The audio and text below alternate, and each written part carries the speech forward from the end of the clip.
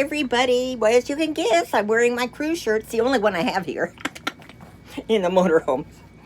And as I told you on my previous cruise video, I'm doing up three videos on cruising that I can kind of, schedule to come on when I'm on my trip en route home. For those of you who are getting kind of hyped up, hoping you're going to be able to travel this summer, or even in 2022. So what I'm going to talk about today is what not to forget to bring on your cruise. And I should explain, of course, these are my opinions. This is just info I've gathered from, different places. My opinions, everybody's got their own ways of doing things. I mean, I watch other people's videos too, and I think, what are they bringing all that stuff for? So, everybody has their own way of doing things, and I'm explaining to you, generalize, and then I'll add my 2 cents in. Don't have a cough when you go. So, there's supposed to be 10 of them here. The first one is, okay, don't forget your adapter. Now, a lot of the cruise lines have adapters on the ships and stuff now, but it's always safe to bring something with you because if you stay in a hotel like we do before we go on a cruise, you don't know what's going to be in that hotel, especially if you like to stay in older hotels like we do. We like to stay in quaint places. Anyway, it says if you're traveling outside the North American and Caribbean region and will be spending any time at a hotel, you'll need to bring a power adapter with you. It's an easy item to forget, as most cruise ships these days offer both North American and European sockets, but the hotels do not. We recommend getting an all-in-one world adapter. That way you just leave in your suitcase all the time. That way you'll always have it when you need it. Plus, you can use it on your cruise ship to make use of an additional outlet. That's one of the things that I like to carry in Bob's carry-on. Because I've had one time my luggage didn't make it somewhere. Okay, Band-Aids. Okay. Unless you're on a warm weather cruise and plan on plonking yourself down poolside all day and at all beach and every port, you'll probably be doing a lot more walking than you expect, even if you even if you must, even your most, God, my appointment, April 26th, even in your broken-in shoes, might start to feel a little rough, like on your heels or different spots. Because if you're in Europe, you're going to be walking on uneven pavements, cobblestones, all kinds of stuff. Be prepared for the inevitable blister or two with Band-Aids on hand.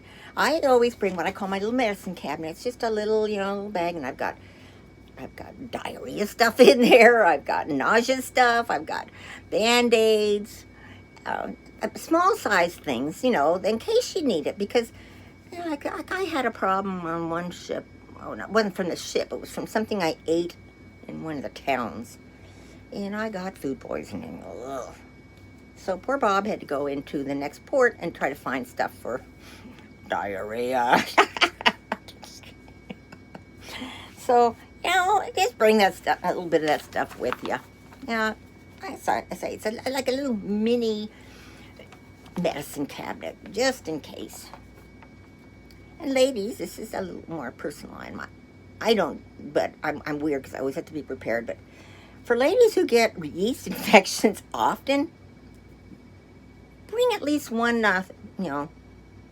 box of remedy with you. Those are harder to find. And yes, they have things on the cruise ship you can buy, but be prepared to pay dearly for them. Okay, chargers. Don't waste half a port day chasing down a laptop charger like one senior editor person was forced to do after switching laptop bags and forgetting to move the charger to the new bag. If you're bringing anything that needs to be charged, make sure to double check you've got the charger for it. There's lots of cruise destinations where getting a replacement charger could be hard to impossible. You do not want to be stuck in a picture-perfect setting with no way to take a picture. Keep cards organized. What we do, every night after we're on the ship, we plug everything in. So they're all fully charged for the next day. You know?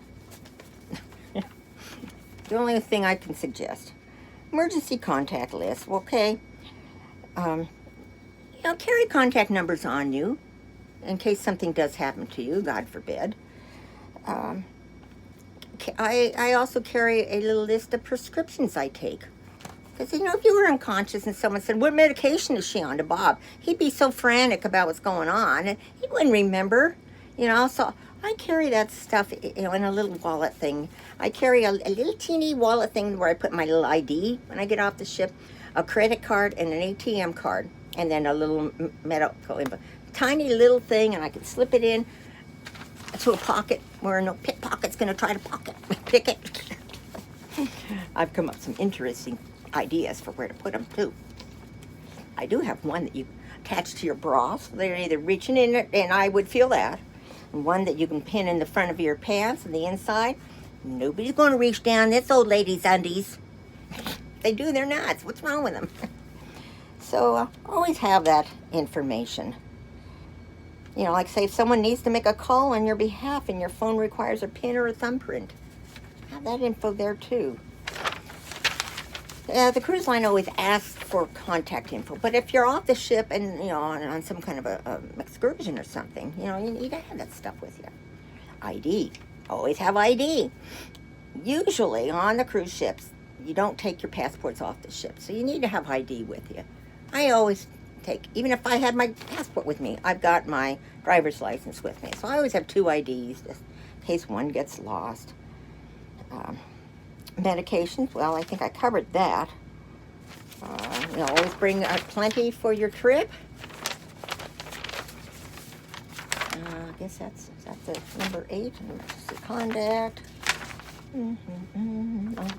Okay, that's number 6. I always bring, some of the over-the-counter, even Zicam. If you feel like you're coming down with a cold, man, start taking that stuff. Seasickness, or motion sickness in general. I have never gotten seasick on a cruise ship, luckily. But I did on an excursion. We were in this little vehicle, and there were all these windy roads, and I was in the back seat, not knowing that I could get... It ruined the rest of my day. I felt terrible all day. I was so nauseous. Didn't get sick, but I sure felt like it, wishing I could, so maybe it would relieve it. So what I have for our next trips is I got those little bands, those little C bands that have the little motion sickness thing on it. Now I'll try it. And I also like to carry this little ginger gum that's for nauseousness. Like say if you haven't eaten for a while too and you're starting to feel a little bit, I chew a little bit of that gum, and it helps, 'cause nothing ruins a trip more than feeling blah. So, of course, bring your vitamins, anything like that you take on a daily basis, and,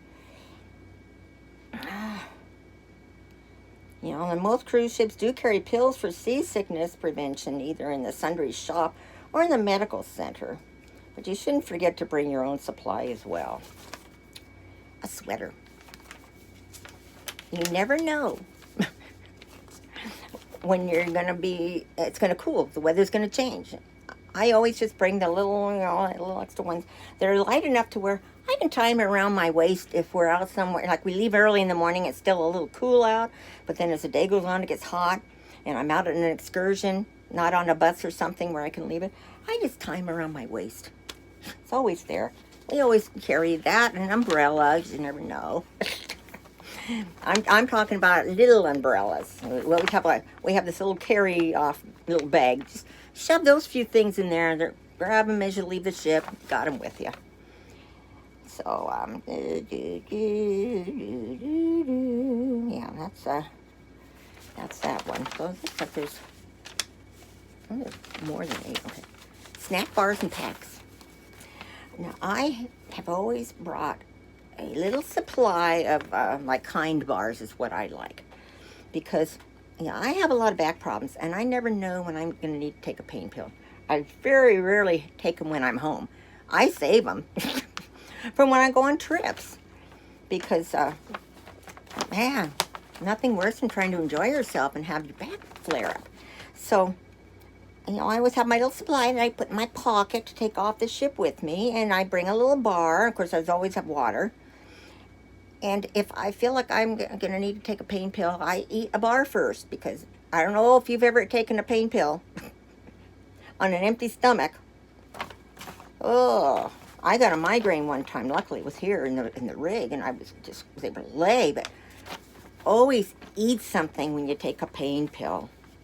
Just don't take a chance. Like I say, I always bring, and sometimes you find little things on the ship that you can just take off with you too. But I want to be sure I have something, so I always have them, and they always fit in my little purse. You know, my little, what I call my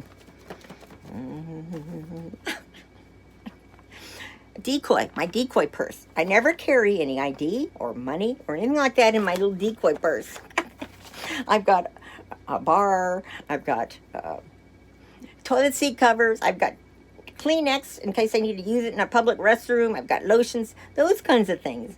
And if a pickpocket ever wants my bag, hey, well, surprise, surprise, I've got my other goodies, like my pain pills, my IDs, everything hidden on my body, where you can't even tell I've got them. Okay, well, this is for you younger ladies. Tampons and pads. Don't forget to bring your preferred brand. Otherwise, you may end up with very high-priced, very uncomfortable kind of pads.